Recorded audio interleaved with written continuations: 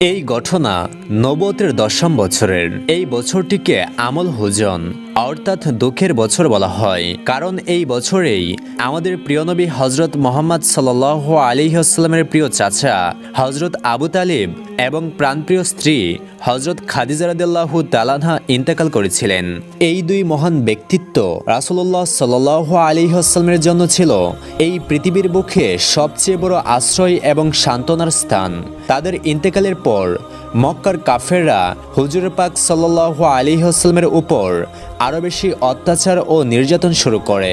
তাই হুজুর পাক সাল্লাল্লাহু আলাইহি ওয়াসাল্লাম মক্কার অত্যাচার থেকে কিছুটা স্বস্তির আশায় নবুয়তের ১০ম বছর শাওয়াল মাসে হজরত মুহাম্মদ সাল্লাল্লাহু আলাইহি ওয়াসাল্লাম তার মুক্ত করা গোলাম হজরত জায়েদ বিন হারিসা রাদিয়াল্লাহু তাআলা আনহুকে সাথে নিয়ে তায়েফের উদ্দেশ্যে সফর করেন।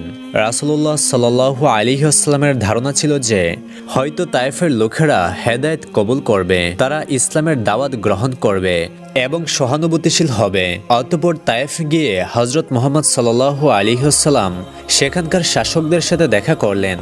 তারা নবী মুহাম্মদ সাল্লাল্লাহু আলাইহি ওয়াসাল্লামের আত্মীয় ছিলেন। সেই সময় তায়েফে আমর বিন উমাইয়ার ৩ পুত্র আবদ ইয়ালিল, মাসউদ এবং হাবিব শাসক ছিলেন। এরা সবাই ছিল বনু সাকিফ গোত্রের লোক।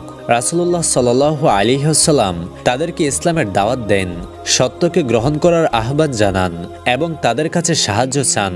তিনি তাদেরকে বলেন, তোমরা শিরিক ও কুফর ছেড়ে দাও, আল্লাহর তাওহীদকে মেনে ঈমান আনো।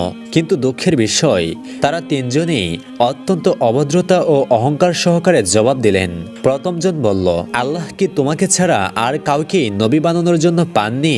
দ্বিতীয়জন বলল, কাবা শরীফের জন্য এর চেয়ে বড় অবমাননা আর কি হতে পারে যে তোমার মতো একজন ব্যক্তিকে নবী বানানো হয়েছে? তৃতীয়জন তো সীমা ছাড়িয়ে গেল। সে বলল, আমি তোমার সাথে কথাই বা কেন বলবো?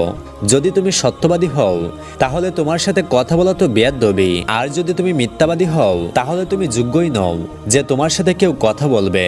তারা শুধু দাওয়াত প্রত্যাখ্যানই করেনি, বরং রাসূলুল্লাহ সাল্লাল্লাহু আলাইহি ওয়াসাল্লামকে তায়েফ থেকে বের করে দিলেন।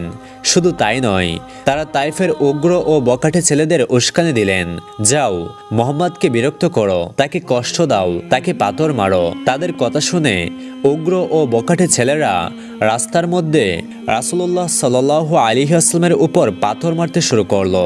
প্রিয় নবী হযরত মুহাম্মদ সাল্লাল্লাহু আলাইহি ওয়াসাল্লামের উপর এত পরিমাণ পাথরের আঘাত লাগলো যে হযরত মুহাম্মদ সাল্লাল্লাহু আলাইহি ওয়াসাল্লাম গুরুতরভাবে আহত হলেন। ওনার পবিত্র শরীর থেকে রক্ত বেয়ে বেয়ে জুতা পর্যন্ত পৌঁছালো। যখন তিনি পাথরের আঘাত